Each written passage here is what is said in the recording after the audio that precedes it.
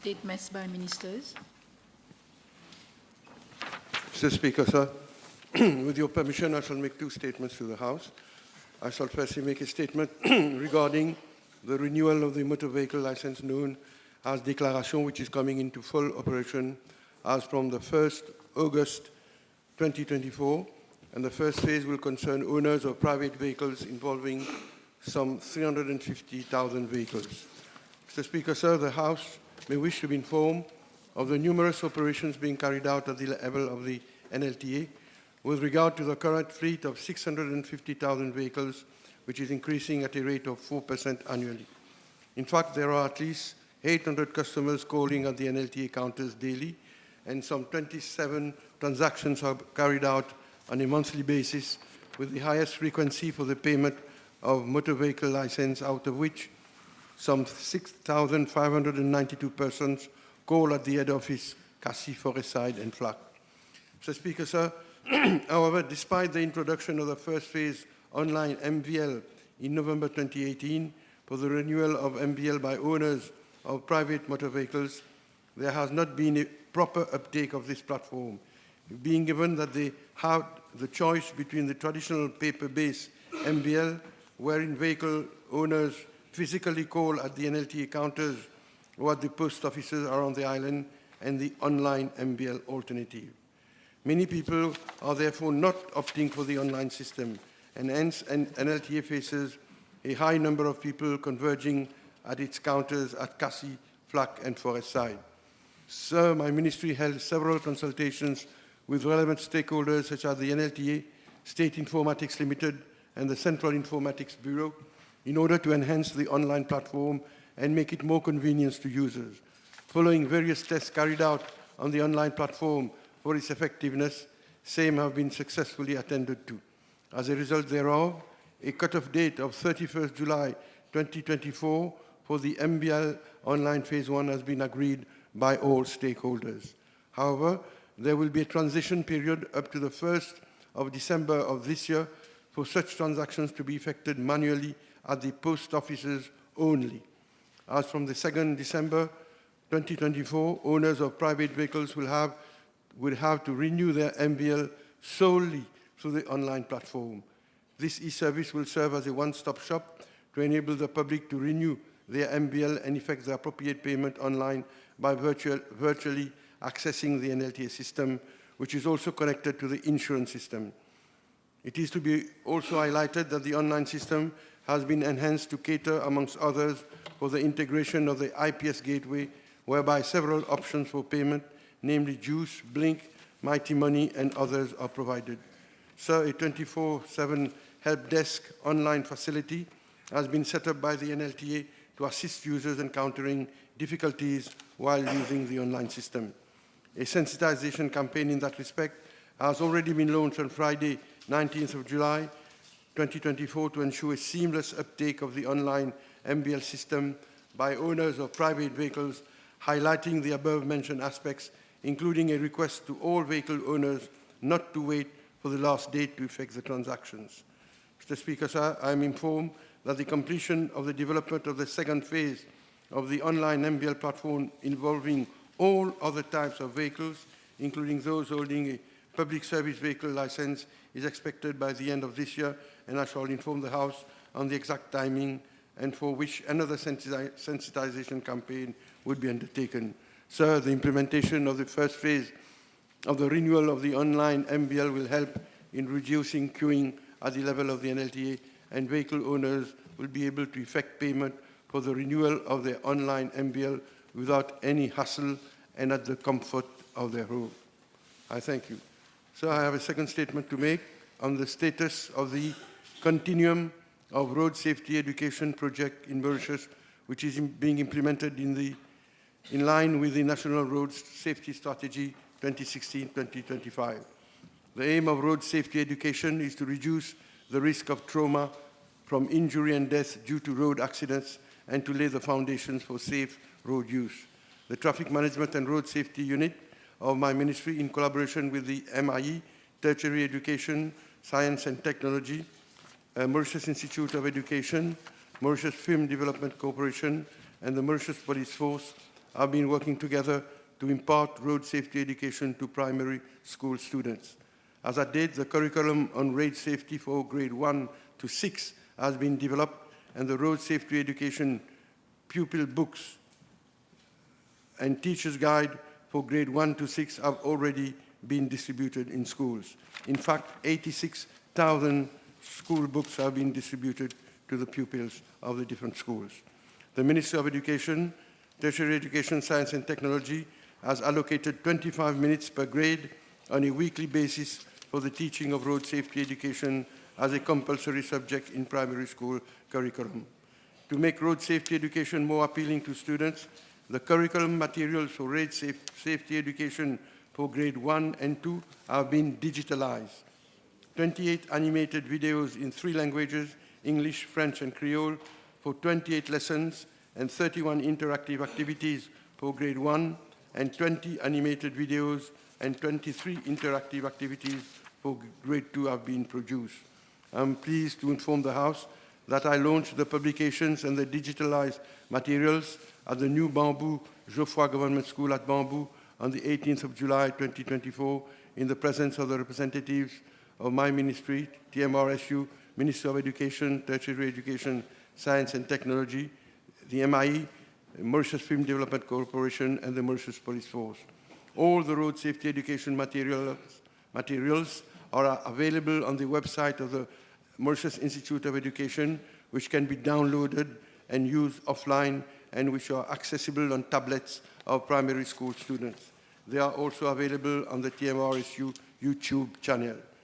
As the way forward, all the published and digitalized materials would be edited and adapted for special education needs pupil by my ministry in collaboration with the Special Education Needs Authority, and the curriculum materials for grade 3 to 6 will also be digitalized in a phased manner. Mr. Speaker, sir, with this road safety education, we look forward to a reduction in road accidents in the years to come, as road safety education would create a new generation of citizens who we hope will be more diligent and courteous on our road. Before thanking you for your attention, Mr. Speaker, sir, I would like to thank my colleague, the Minister of Education, for assistance and collaboration. Yes, Honorable Ramano. Mr. Speaker, sir, with your permission, I would like to make a statement on the fire outbreak at the Roche-Bois transfer station. As this House may be aware, there was a fire outbreak on Saturday, the 27th of July, 2024, at Roche-Bois transfer station, which is operated by a private operator, the joint venture Serveng Limited, Square Deal Multipurpose Cooperative Society Limited. On Saturday, 27th of July, 2024, at around 16:05 hours, a fire outbreak was reported by the contractor who operates and maintains the transfer station at Roche-Bois. The fire and rescue services were on site since 16:15 hours. The fire and rescue services deployed water tankers from various fire stations, and the contractor deployed 2 water tankers and a truck loader to break down the waste stockpile to enable the firefighters to adequately sprinkle water to extinguish the fire. It has been reported that 1 truck loader and 1 lorry found on the lower platform were completely damaged by fire. 1 personnel of the operator was severely injured and was promptly transported to G2 Hospital for first-hand medical care. I am informed that the person has been transferred to the bench unit of Victoria Hospital for treatment. I am further informed that there were 2 other persons on site who were injured and were provided with proper treatment. I wish to convey my special thoughts and prayers to them and their families and wish them rapid recovery. Mr. Speaker, sir, the fire which propagated rapidly in the waste mass stacked on the lower and upper platforms of the station platform was significantly extinguished by the night of the Saturday, 27th of July, 2024, whereas the fire in the waste mass on the lower platform took more time and resources to extinguish. Officers of the National Environmental Laboratory came on site to monitor ambient air quality around the station and nearby residential areas. Mr. Speaker, sir, I effected a site visit on Sunday, 28th of July 2024, together with the Vice Prime Minister and Minister of Local Government, Disaster Risk Management, Honorable Anwar Usnu, and the officers of both ministries to assess this situation and to ensure that adequate resources are being deployed and site security is being reinforced. As at this morning, significant progress has been made with only mild smokes emanating from the transfer station. Mr. Speaker, sir, the National Environmental Laboratory conducted a first ambient air measurements using the portable gas analyzer on the 27th of July 2024, 2 ambient air measurements on the 28th of July 2024, and 1 ambient air measurement on the 29th of July 2024. The exercise was carried out at 5 monitoring sites, namely at Beach Tombeau near Community Center, Beach Tombeau Public Beach, Roche-Bois at Recreational Park, entrance of Terre Rouge Bird Sanctuary, and Route Abattoir.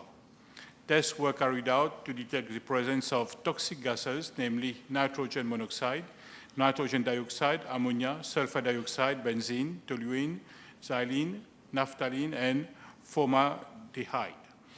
All the toxic gases screened at all the sites were below the detectable limits of the portable gas analyzer at the time of measurement and was thus compliant to the lowest observed adverse effect level, known as LOAEL. The LOAEL, according to the United States Environment Protection Agency, is the lowest tested dose of a substance that has been reported to cause adverse health effects on people and animals. As regards to observations made on site, for all the monitoring exercises, the smoke was moving in a general southeasterly direction towards the sea. As at date, the smoke is mild and of lesser intensity than observed on the previous days. Ambient air monitoring will be maintained. Mr. Speaker, sir, as regards the cause of the fire outbreak, investigations are being carried out by the police and the fire and rescue services, and preliminary reports are awaited. I wish to inform the House that the presence of inflammable aerosol containers and sprays have been found on site, and these are unpermitted waste at transfer stations. Mr. Speaker, sir, on Monday, 29th of July 2024, I chaired a meeting with the operators of all the 5 transfer stations, as well as the landfill, to emphasize the importance of security and access to the site, to draw their attention on better control on permitted and unpermitted types of waste, and to prevent the accumulation of waste. The operators were also reminded of their contractual obligations and responsibilities as custodian of their respective waste management facility. Furthermore, the contract provides for the types of waste that are permitted at the transfer stations in accordance with Part 1 of the first schedule of the local government dumping and waste carriers regulations, which also specifies the exclusion of chemical waste and hazardous waste. Following requests from the operators of the transfer station with regard to security of their staff, it was decided that the assistance of the police will be sought for regular patrols. Mr. Speaker, sir, as several members of the House are aware, there is a high presence of informal waste pickers operating around Roche-Bois transfer station to recover materials.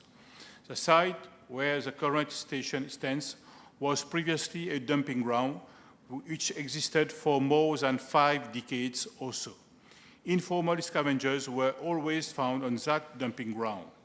In 1992, dumping was stopped and the site was converted into a transfer station having a designated receiving area where waste collected using small lorries or transited before they are disposed at the landfill using long trucks. It helps to reduce both transportation costs and time as the waste collected or disposed at the landfill in larger volumes. Mr. Speaker, sir, I wish to refer to 2 reports on waste management which refer to the Roche-Bois site, namely l'Élimination des ordures ménagères, MATSIM, of 1976, and the Performance Audit Report number 5 of the Director of Audit, June 2011. The MATIM report made observations that there were at that point in time, no inhabitants close to the site, and recommended that alternative disposal sites be identified. As regards the performance audit report, mentioned the construction of a new transfer station at Richter in replacement of the one at Roche-Bois. The construction of a new transfer station initially planned at Richter had to be cancelled because of objection from the public living in the vicinity. Gaining public approval for constructing new waste management infrastructure is always a challenge. In 2012, the Roche-Bois transfer station was upgraded to improve security on site, improve control access, and operational efficiency. It is noted with time that inhabitants constructed their houses closer to the transfer station, and more informal waste pickers operated around the station. In view of the prevailing situation, this government is firmly committed to relocating the transfer station from Roche-Bois to another appropriate location. Mr. Speaker, sir, being conscious of the socio-economic reality of the waste pickers community, my ministry is proposing to have a meeting with relevant stakeholders, such as the Ministry of Local Government and Risk Management, the Ministry of Health and Wellness, Ministry of Social Integration, Social Security and National Solidarity, Ministry of Commerce and Consumer Protection, the police, NGOs in the region, amongst others, to find possible remedial actions to address the issue. Mr. Speaker, sir, I wish to highlight that besides addressing the issues of Roche-Bois transfer station, my ministry has already embarked on a new waste management strategy and action plan to improve the whole chain of waste management with focus on resource recovery, recycling, and environmentally sound disposal of residual waste. As far back as 2015-2016, it was recognized that based on the landfilling rate and the existing design capacity, the Mauritius landfill would reach saturation in 2018. The first option was to look for land to set up new landfills. On the 16th of January 2017 and 8th of March 2017, the Ministry conducted 2 expressions of interest exercises to identify landowners who could provide land for setting up of a landfill, but this exercise has proved to be non-conclusive. The possibility for securing private plots of land adjacent to the existing landfill and belonging to small planters was also explored. However, this would have entailed lengthy acquisition legal procedures, and it was concluded that it would be unrealistic to rely on this option. The only option was to extend the landfill vertically as far as possible on the same footprint of the existing landfill with an additional stretch of land along the western and southern perimeter of the landfill. In December 2017, government gave its approval to proceed with the project of vertical expansion of the Mauritius landfill. In December 2018, following a procurement exercise, a consultancy firm was recruited to conduct a feasibility study and come up with an optimal design of the vertical expansion of the landfill, and accordingly prepare the detailed design, tender documents for the works operations contract, and provide supervision services throughout. However, delays were encountered in various phases of the consultancy with regard to geotechnical investigations. Tender for the vertical expansion was finally launched in December 2020, and following evaluation at the level of the Central Procurement Board, the latter recommended in April 2022 the annulation of the exercise. A fresh tender exercise was thus undertaken with launching in April 2023, and after evaluation of bids at the Central Procurement Board, the contract for vertical expansion was awarded in June 2024. Mr. Speaker, sir, a key project in line with our circular economy roadmap, which my ministry is undertaking, is the implementation of 2 regional integrated waste processing facilities comprising sorting units and composting plants under a public-private partnership. Following a procurement exercise under BOT Projects Act, the contract will soon be awarded. This project will enable the diversion of a significant amount of waste landfill. This project is underpinned by segregation of waste at household, commercial, and industrial level. Other projects which my ministry has undertaken pertains to the construction of 3 déchetteries at La Laura, Poudre d'Eau, and La Chaumière. to enable waste generators to bring sorted waste for eventual recycling. I thank you, Mr. Speaker. Sir.